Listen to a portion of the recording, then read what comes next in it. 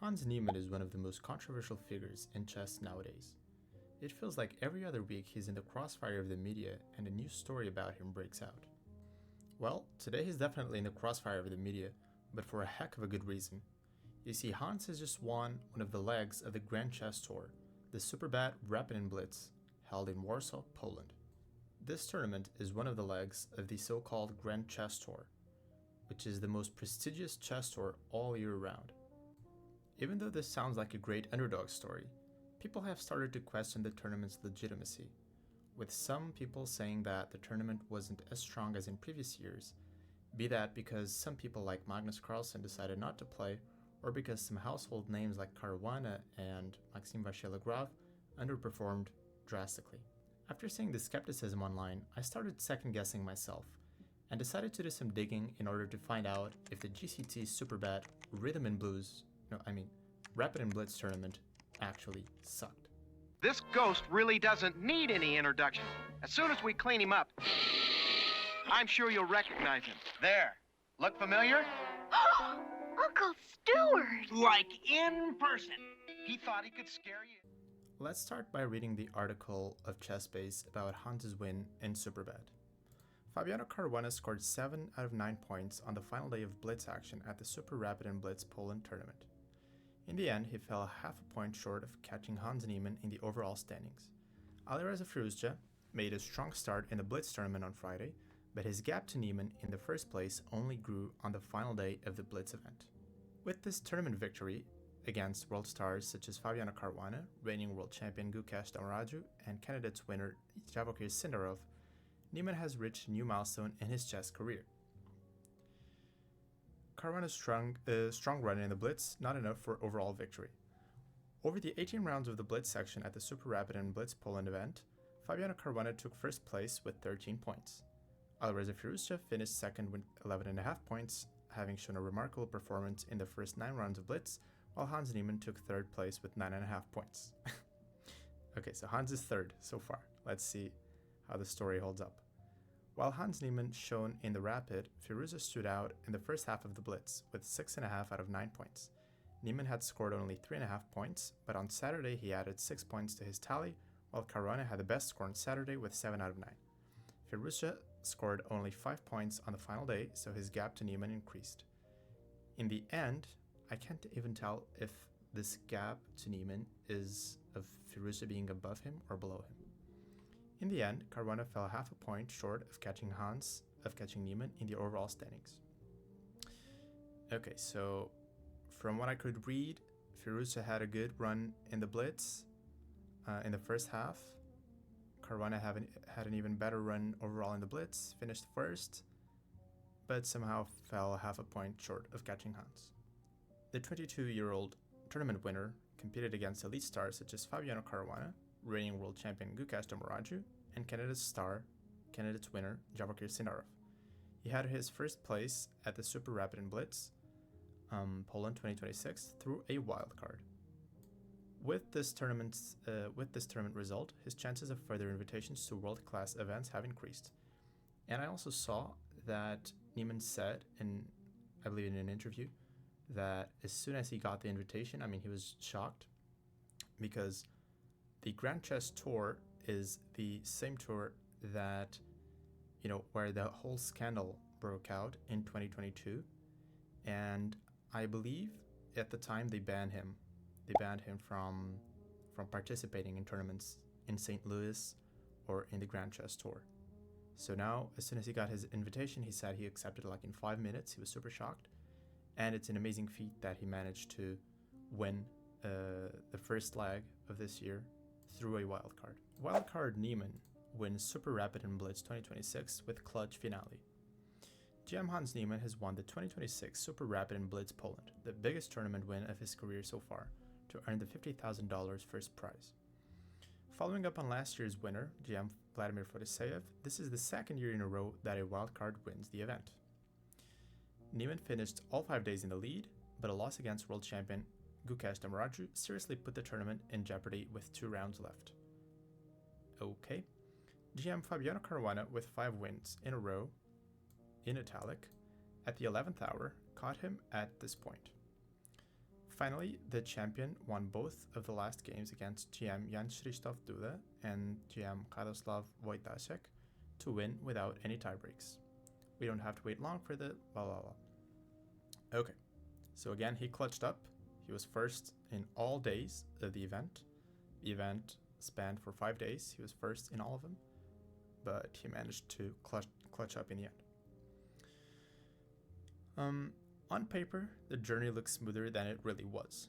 Niemann won the rapid tournament and ended each day with his name first on the standings. Because he had built such a lead in the rapid portion, he said after the first day of Blitz, "I couldn't believe that I could still lose 3 games in a row and still be leading." So basically Hans, at some point in the, I believe in the Blitz, after the first day of Blitz, he lost 3 games in a row, but so did Wesley. So I believe Wesley lost 2 and drew 1, and at the time it was Wesley who was trying to catch up to him, so it wasn't that hurtful for his run after all. The good news for Niemann was that after his 3rd consecutive loss, they ran out of rounds to play on Friday. Okay, whatever that means. When he returned on Saturday, he was back in the driver's seat. He outplayed and beat GM Alireza Firuza in round 10, though the computer shows a way to draw, even with a rook less in the end. Okay, now we're analyzing Blitz time scrambles. Actually, I saw this game live, and I was impressed with Firuza's resistance for sure, and I thought he might have been able to hold a draw, but okay, Hans, kept his cool and was never worse. The most Firuza could do at some points was to draw, but Hans was also playing for the clock. He had like 3 minutes against literal seconds, so it's just a part of the story. And then fortunately won on time, just as Fedoseev bungeed, not sure, from a losing position to suddenly a winning one. So, who started with the win over Caruana? That's the guy's name, by the way. That's not the word. Could have caught up if he had won his direct encounter with Niemann in the next game. Instead, we got the infamous 14-move draw in the Berlin defense, and Niemann was one game closer to the goal. Okay, he could have caught up if he just won the game with the black pieces against the tournament leader. How didn't he go all out for the win? The game after that, Caruana picked up a win against Niemann in their direct encounter, but so also lost that same round. Niemann was half a point of Caruana going into the last round, and both players had black. Niemann against Wojtaszek, who had just lost 3 games in a row, and Caruana against Fedoseev, who had just beaten Sindarov and drawn So.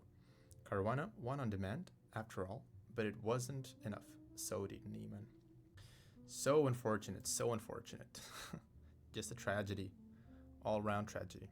Okay, now I'd like to move on from the articles, and maybe just one last Twitter post that I saw, which actually kind of sparked the whole idea in me to make this video. This is the worst Grand Chess tour I've ever seen. I feel like dying. It was the Temu versions of MVL and Alireza. Yeah, this was one of the main things I saw. That the main protagonists, which were supposed to be, like Caruana, Firuza, and maybe MVL, Wesley So, like massively underperformed. I don't know what Keimer is doing there. He didn't even play in this tournament. Next Thursday begins Bucharest, blah, blah, and MVL said it's an honor to be compared to Temu. Okay, but now I would like to actually take a look, and I did some sort of statistical analysis. How good or bad did the players play in this tournament compared to previous events? And, how much credit does Hans deserve? So let's take a look. For the next couple of graphs that I made, I took the data from the last 5 years, so the post-pandemic time, of the GCT legs. So each year there are 3 legs. It begins with the Superbet in Warsaw, Poland. Then they move over to Zagreb, where they play the Super United so-called tournament. And then they finish off with the Sinkfield Cup, which is a very prestigious classical event. And right before that, the St. Louis Rapid and Blitz. So I took the data from all of that. And compared it against this year's event. So this is the first image that I want to show you. And as you can see, it's supposed to show us the average blunders made per game in each tournament.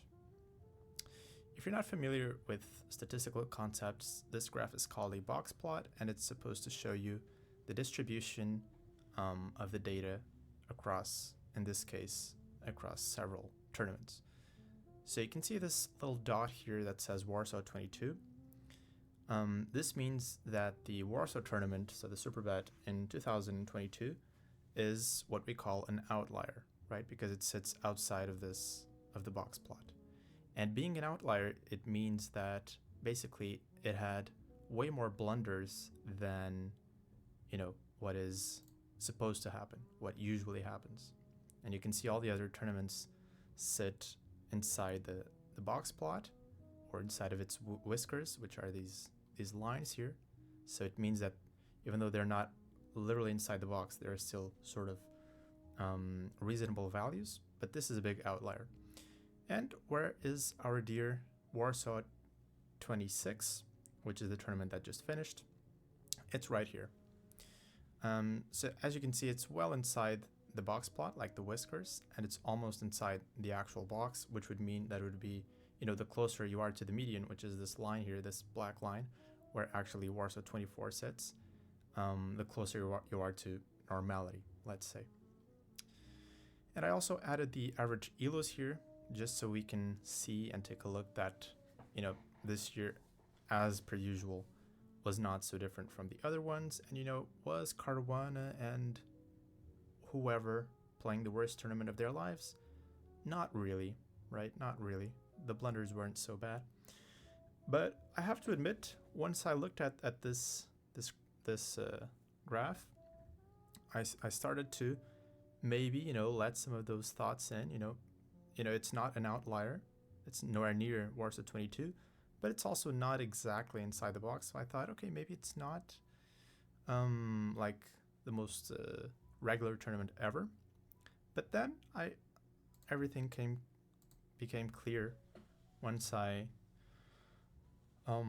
substituted just counting the blunders, which are the double question mark moves, by mistakes or errors in general, which account for the blunders and just the single question mark mistakes and the inaccuracies. And once we account for this, which even makes more sense, somehow Warsaw 22, poor Warsaw 22, goes further and further to the right, which means it's that much more of an outlier.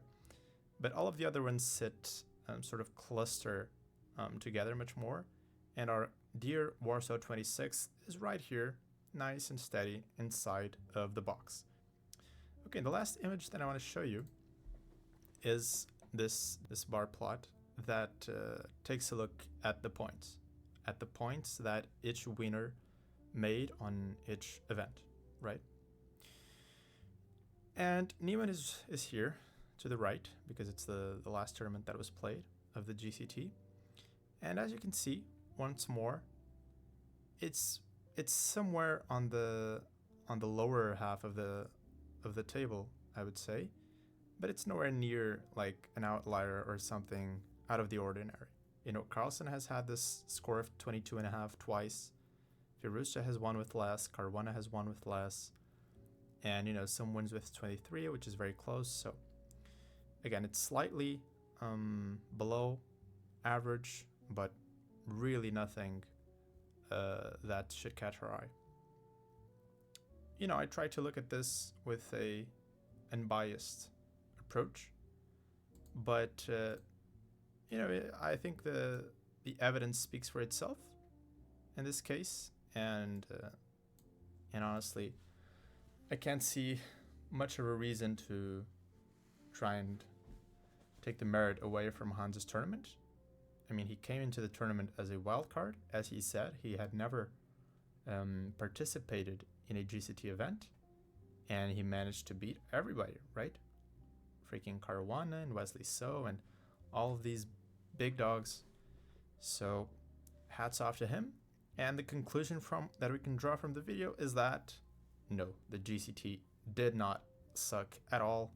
It was a completely regular event, just like any other, but it had the particularity of a huge underdog winning the tournament and perhaps beginning to carve his name as one of the elite players in the world.